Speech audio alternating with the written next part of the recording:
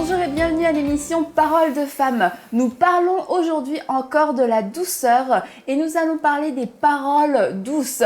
Qu'est-ce que réellement une parole douce? Hier, nous avons vu que la douceur n'était pas seulement une petite voix, parce qu'avec une petite voix, on peut dire des choses très méchantes. Donc aujourd'hui, mesdames, nous allons parler des paroles douces. Parce que en fait, qu'est-ce qu'une parole douce? On va en parler, mais surtout, qu'est-ce qui n'est pas une parole douce? On dit que il y a des paroles qui piquent, il y a des paroles qui font mal, et je pense que vous avez toutes déjà été victimes d'un petit pic, et peut-être l'auteur d'un petit pic aussi. Exactement, je crois que c'est très facile de lancer des paroles qui sont blessantes, et généralement on les lance sans trop réfléchir, et puis on se dit là j'ai dit quelque chose qui n'était pas juste, mais c'est trop tard, et ça fait beaucoup de mal. Et nous-mêmes, nous avons reçu aussi des paroles d'accusation, des paroles de reproches. Il y en a qui peuvent être justifiées, d'autres pas. Mais c'est important vraiment de ne pas rester avec ces paroles-là sur le cœur. Et puis de confronter ces paroles, plutôt que de les recevoir comme étant une vérité absolue, de venir devant le Seigneur avec ces paroles et dire « Ok, Seigneur, est-ce qu'il y a quelque chose à corriger dans mon attitude? Mais sinon, moi, je veux me laisser consoler par toi. » Et le Saint-Esprit est aussi un Saint-Esprit qui nous console, qui nous aide à sortir de cette attitude. Et je sais que particulièrement, parfois avec nos enfants, on peut avoir des paroles qui ont des répercussions qui durent pendant longtemps. On peut donner une parole, écoute, toi tu feras jamais rien de bon, ou bien écoute, regarde, tu es comme ceci, tu es comme cela. Et l'enfant grandit avec cette pensée de lui-même qu'il n'est pas bon, qu'il n'est pas capable.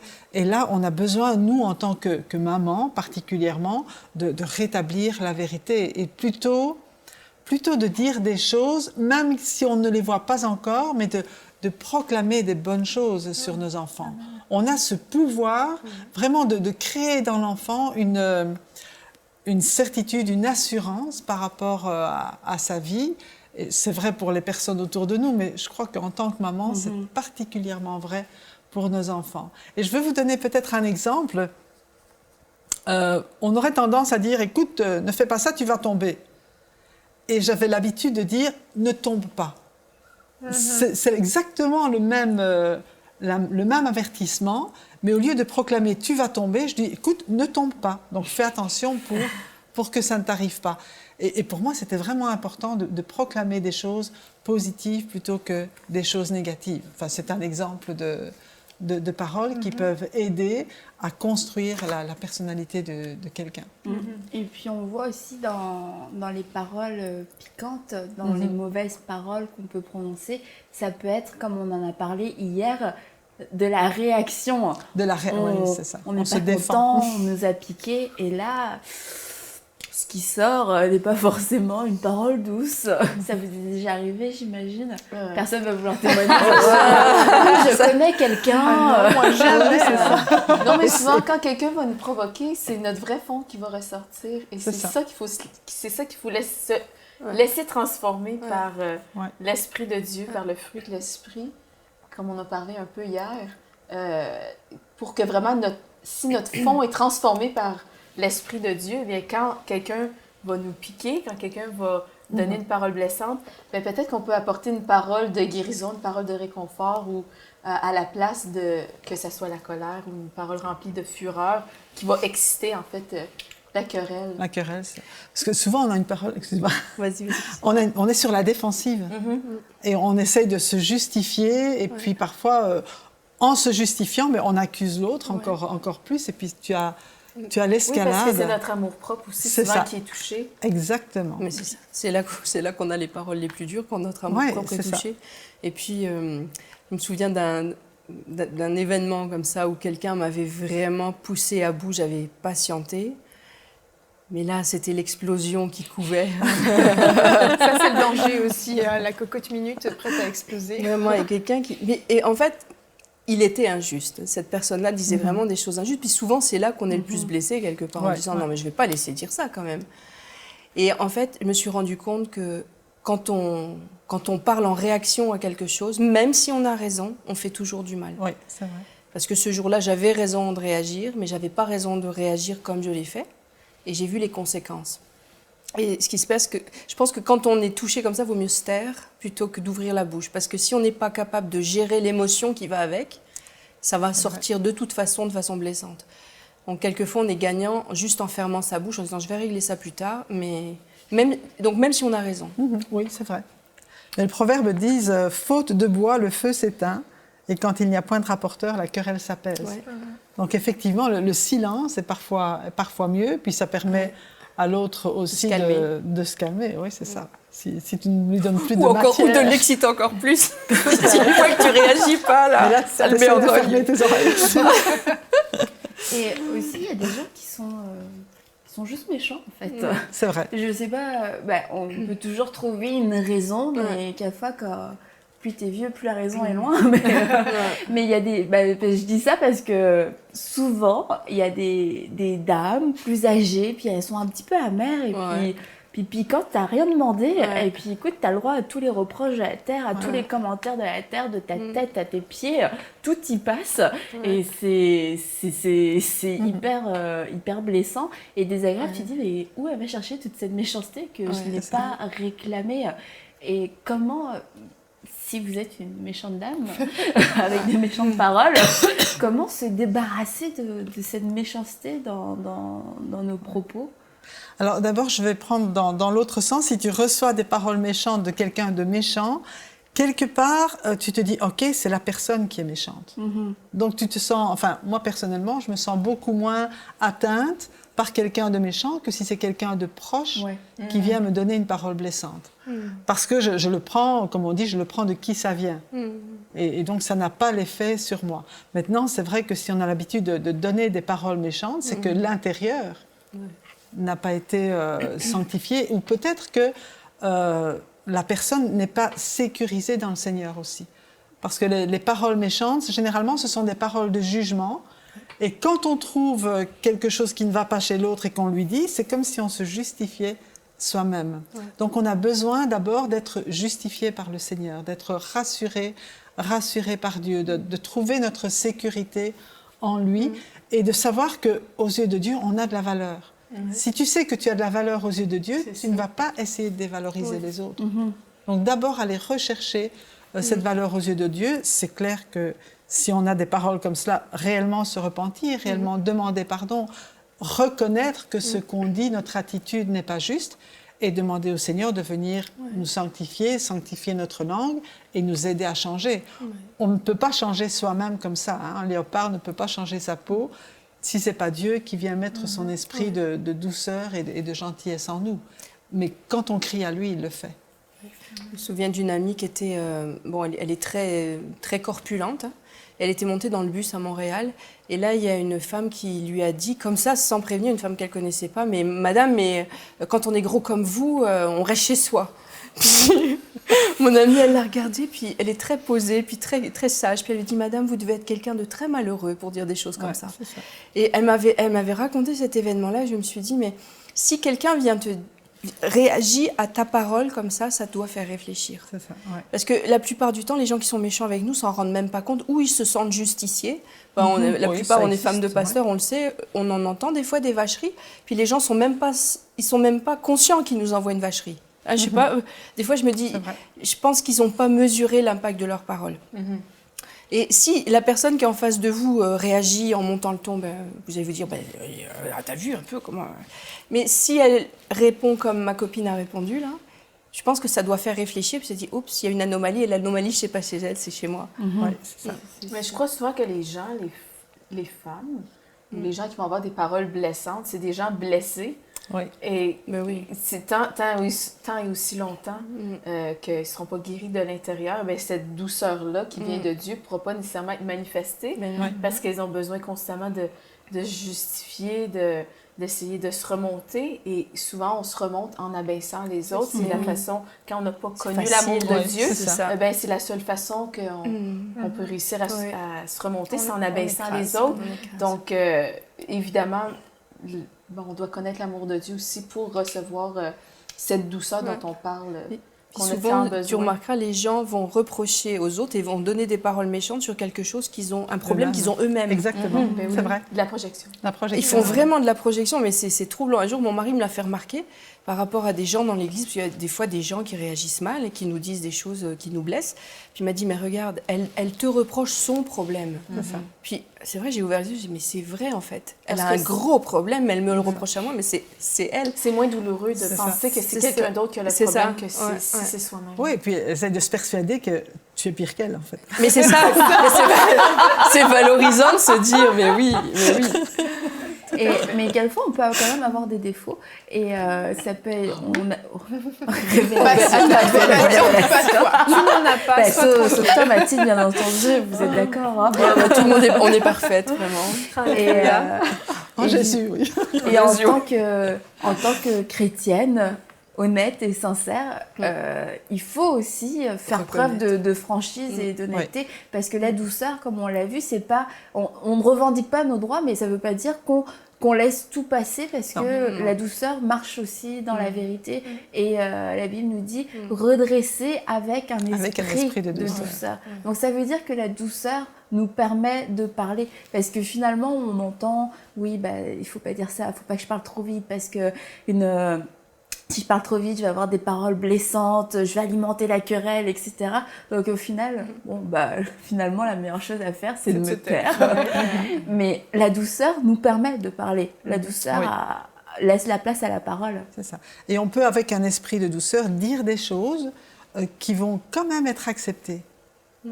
Mais justement, si on ne revendique pas, mais si on le dit dans le but d'aider la personne, ou bien de faire retomber, je veux dire, l'atmosphère. Et je vais vous dire, ce qui fonctionne très bien, c'est l'humour. Parfois, si on vous dit une parole blessante et que vous la tournez en humour, ça désamorce directement une querelle. Face à tes paroles blessantes, oui, je n'ai pas le choix. C'est certain, si on est capable de rire de soi-même, c'est ça. Si on peut rire de soi-même... Il y a aussi une autre tactique que j'ai développée, c'est de faire celle qui ne comprend pas. Surtout quand c'est des vacheries qui sont dissimulées. Tu sais que c'est une vacherie, là. Mais tu fais... Puis hop, tu fais une pirouette, puis l'autre se dit « Oh, elle a pas comprise ma vacherie ». Puis en fait, ça passe tout seul, puis ça évite le conflit, parce que ça ne vaut même pas la peine de relever. Et il faut aussi savoir quelles sont nos motivations quand on parle. On ne va pas sonder les motivations des autres, mais nos propres motivations. C'est quelquefois on parle juste pour... Quel est notre intérêt, au fond, dans le fait de le dire? À quoi ça sert? Est-ce que je cherche mon intérêt ou celui de l'autre? Est-ce que ça me procure quelque chose du bien, juste d'évacuer, de vider mon sac et de dire ça fait des jours que j'avais envie de te le dire. Non, mais c'est ça, est-ce qu'on veut bâtir, est-ce qu'on veut construire, est-ce qu'on veut édifier, ou est-ce qu'on veut juste déclarer une vérité comme ça qu'on pense, sous prétexte qu'on le pense, il faut le dire. Tout ce qu'on pense ne nécessite pas forcément d'être dit. Exact. Et ça, c'est quelque chose qu'il faut, je pense, faire attention parfois.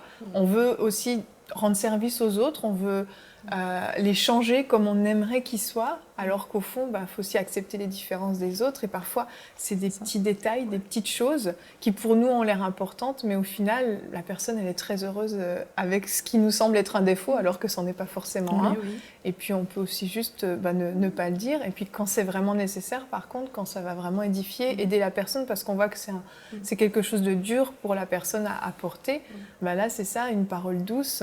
Et je pense qu'on peut aussi vraiment chercher la face de Dieu pour amener les choses en disant, là, Seigneur, là, je pense que cette personne, il faut vraiment que je lui dise ça. Comment tu veux que je lui dise ? Saint-Esprit, inspire-moi les bons mots, les bonnes paroles. Et puis prier pour que son cœur soit prêt à recevoir aussi, parce que parfois, on peut y aller avec toute la douceur possible, tout l'amour possible, mais si le cœur de la personne est endurci, ne reçoit pas, et peut-être c'est la 10e personne qui va lui dire ça aussi, on ne sait pas toutes les choses qui ont été dites avant. Donc, si Dieu prépare le cœur de la personne, je pense que la parole va vraiment porter du fruit, puis va toucher, atteindre sa cible directement. C'est vrai. Et là, quand tu parles de sagesse, en fait, c'est ça. Il y a un temps, effectivement, il y a un temps pour dire les choses. Il y a un temps pour dire les choses.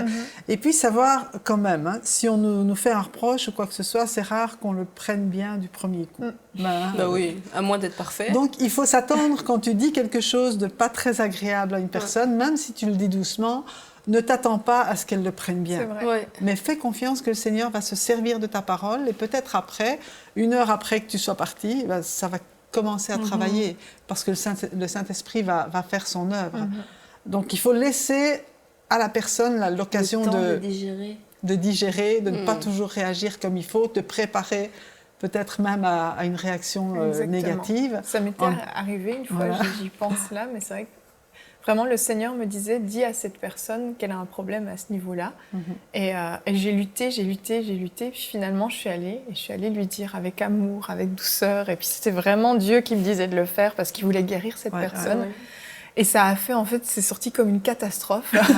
Et c'était, la personne s'est mise à pleurer, elle est partie, enfin, c'était horrible. Et je me suis sentie tellement mal, me disant, je l'ai vraiment mal apporté, j'ai aucune douceur, j'ai aucun amour, vraiment, je sais pas, vraiment, je me suis complètement écrasée, puis j'étais accablée moi-même. Et puis en fait, quelques jours après, la personne est venue me voir et puis elle m'a dit, c'est ce que tu m'as dit, tu avais raison. Et puis je vois que Dieu veut guérir ça. Et puis elle m'a demandé pardon pour sa réaction. Et ça m'a fait du bien. Parce que j'avais un peu pris la décision de ne plus jamais rien dire à personne. Donc c'est vrai, les gens ne réagissent pas toujours comme on aimerait qu'ils réagissent sur le coup. Et tu disais, Christine, il y a un temps pour dire les choses. Et c'est vrai qu'il y a un temps pour le dire. Et il y a aussi un ton. On a vu que la douceur n'est pas dans la voix, une petite voix mielleuse et tout ça, parce qu'on a vu qu'on pouvait dire des choses absolument horribles sur ce ton-là, mais il y a quand même une façon de dire les choses, de s'exprimer, et particulièrement quand on a quelque chose d'un peu plus négatif à dire. Alors, il y a 2 choses. Il faut que notre ton soit en même temps encourageant. Et c'est important de bâtir, de savoir qu'il y a un pont d'amour qui existe entre toi et la personne. Et qu'elle sache que même si tu vas lui dire quelque chose de difficile, tu vas lui dire parce que tu l'aimes. Et avant de faire un reproche, essaye de trouver au moins 2 ou 3 qualités que tu vas pouvoir... Non, mais c'est vrai, pour qu'elle ne se sente pas dévalorisée, mais qu'elle sache, waouh, il y a ça qui va bien, puis il y a ça que je peux améliorer. Tu sais, pour aider aussi, non pas à abaisser quelqu'un, mais vraiment à le relever et puis à lui faire cette faveur de lui dire « Ok, tu peux encore aller plus loin, tu peux encore t'élever plus. » quoi. Et c'est vrai que le ton est très important. « Tu ne peux pas faire ça, regarde ce que tu as fait, c'est pas bien. » Tu sais, mais vraiment, est-ce que tu ne crois pas que tu pourrais faire un effort de ce côté-là? Alors, moi, j'ai encore des progrès à faire de ce côté-là. Quand je parle. Mais c'est ça, en fait, ce que vous dites, c'est que la douceur, c'est pas juste...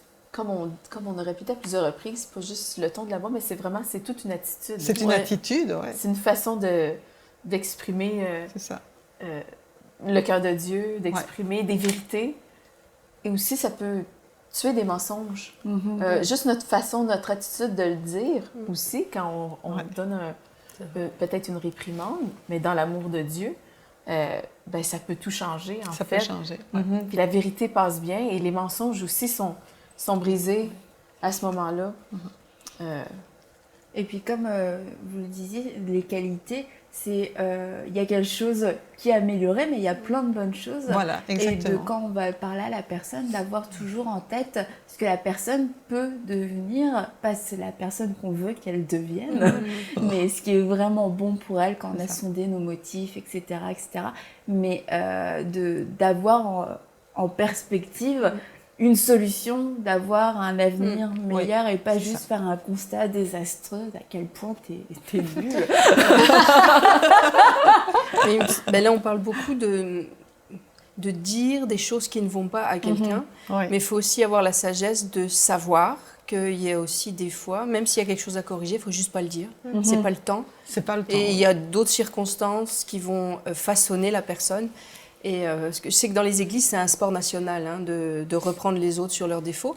Donc, il ne faut pas non plus que nos auditrices pensent qu'on encourage le redressement à tout va. Vu qu'on parle de la parole, on parle de quoi on parle. Juste mettre une chose au point, c'est que parfois, il faut juste laisser aller.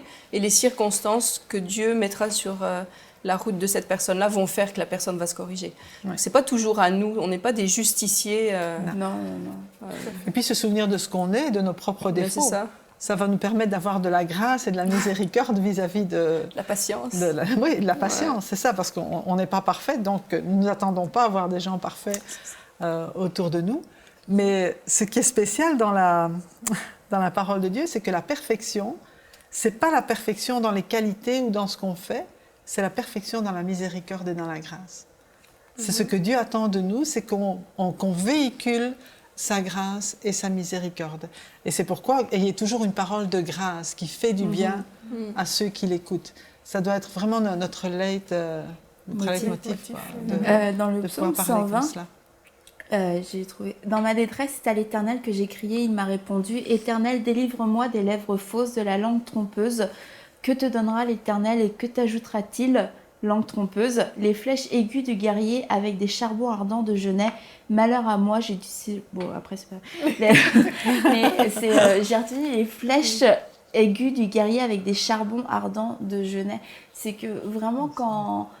J'aimerais que les femmes, vous qui nous regardez, puis nous toutes, de toute manière, qu'on puisse se réaliser, c'est ça, l'impact de ces paroles qui piquent, de ces paroles qui blessent, et puis qu'on peut dire parce que on a eu envie de les dire, parce qu'on n'a pas réfléchi, parce que. Mais c'est vraiment des flèches aiguës du guerrier avec des charbons ardents. Ça fait rien que de le lire, ça me fait un peu mal.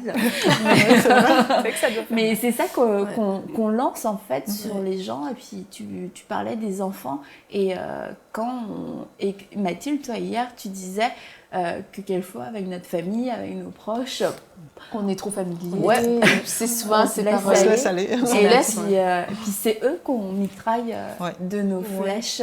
Et c'est eux qui n'ont pas le droit à en fait, c'est eux qui devraient recevoir notre meilleur traitement. Oui. C'est eux qui devraient recevoir le plus d'honneur, en fait, parce que ce sont nos proches. Mais c'est parce qu'on vit dans une société aussi où, bon, on sait, il y a plusieurs années, le féminisme s'est élevé et la femme a beaucoup été rabaissée dans plusieurs cultures, nations du monde.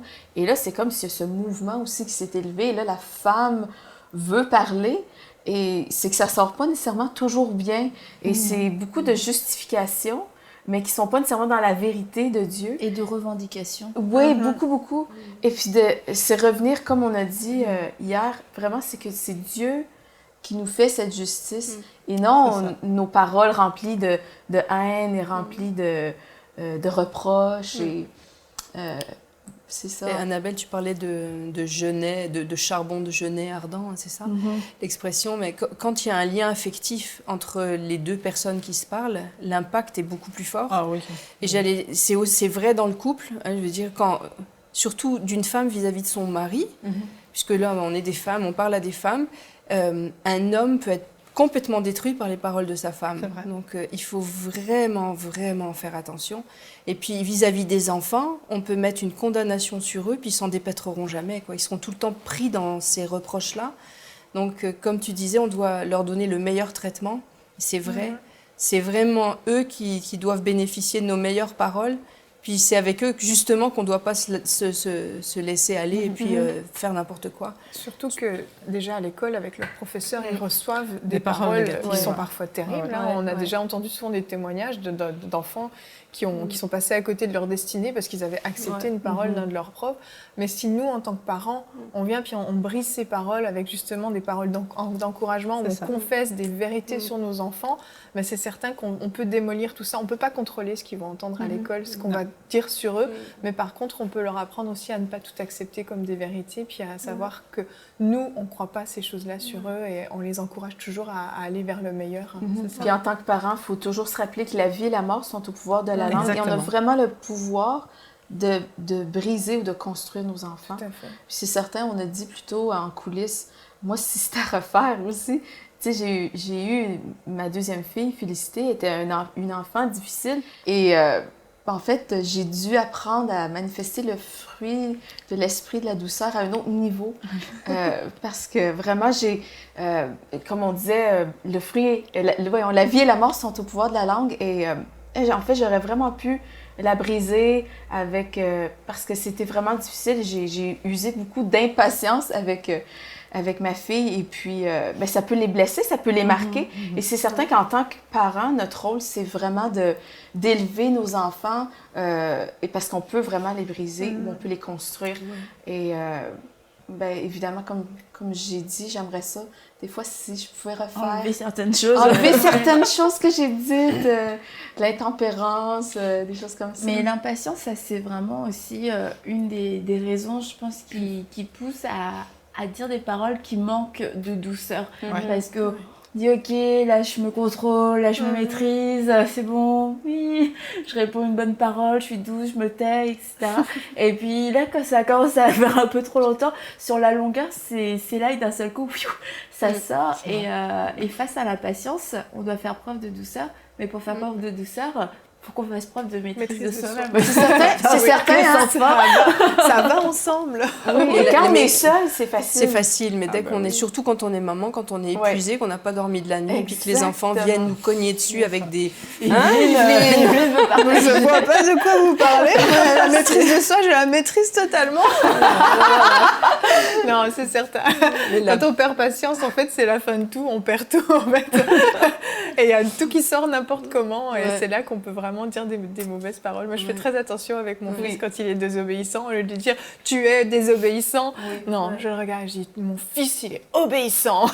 Et j'essaye de tourner ça différemment. Et c'est ça, mais il faut vraiment prendre sur soi. Et nos parents nous disaient souvent de tourner cette fois notre langue dans notre bouche avant de parler. Voilà. C'était pas bête, parfois. La Bible nous dit une parole 7 fois épurée. Donc laissons nos paroles être 7 fois épurées. Finalement, il n'y a peut-être pas beaucoup de paroles qui nous sortent. Ça prend du temps. Quand ça arrive au stade de la maîtrise de soi, j'allais dire c'est déjà trop tard. C'est-à-dire qu'on a laissé trop monter de choses. Non, mais c'est vrai. C'est vrai. Si on arrive à ce stade-là, ça veut dire qu'il y a une anomalie en amont. Et j'avais une copine à l'école biblique, elle avait 2 petits garçons qui étaient très proches en âge. Elle avait 2 ans et 4 ans. Et quelquefois, l'énervement montait tellement, elle me dit je pars, je fais le tour de la pièce, puis quand je me suis calmée, je reviens. Et je pense que c'est bien parce que si tu laisses trop monter, de toute façon, à un moment donné, comme tu disais, la maîtrise de soi, tout va pas plus, il n'y en a plus. Et quand on est épuisé, quand on est une maman, ou par d'autres personnes, ça peut être d'autres circonstances, d'autres contextes, mais quand on en arrive au stade de la maîtrise de soi, c'est trop tard, il faut travailler en amont. Quand on sent que l'impatience commence à venir et qu'on est mis à rude épreuve, il vaut mieux aller se calmer ailleurs, faire autre chose, sortir, aller boire un petit verre, n'importe quoi. Non, se rafraîchir. Un verre d'eau. Un petit verre d'eau. Donc la douceur, n'allez pas boire un petit coup pour avoir des paroles douces. Ce n'est pas un bon conseil, Anne. Mais allez prendre l'air, en effet, et de pouvoir épurer nos paroles. Et on l'a vu, la mort et la vie sont au pouvoir de la langue. Il y a toujours un côté négatif et un côté positif parce que la parole nous donne toujours une solution. Et la Bible nous dit que celui qui parle à la légère blesse comme une épée, mais qu'une réponse douce a le pouvoir de guérir, va guérir. Donc vous pouvez choisir de dire tout ce qui vous passe par la tête au risque d'être blessant, d'être méchant, d'être piquant, désagréable. Ou alors vous pouvez choisir d'avoir des paroles douces et on l'a vu, ce sont des paroles de vérité, des paroles fermes mais qui vont apporter la guérison, qui vont apporter une construction dans notre entourage. On a beaucoup parlé des enfants mais ça peut être vraiment dans tout votre entourage. Donc c'est un choix que nous avons à faire en tant que femme. Est-ce que je vais avoir des paroles douces? Est-ce que je vais avoir une parole qui apporte la guérison ou alors une parole qui va blesser l'autre? C'est votre choix et je pense qu'ici on a toutes fait notre choix. Alors merci à vous toutes mesdames et on se retrouve pour une prochaine émission de Paroles de Femmes. Envoyez-nous votre témoignage à paroledefemme@enseigne-moi.com.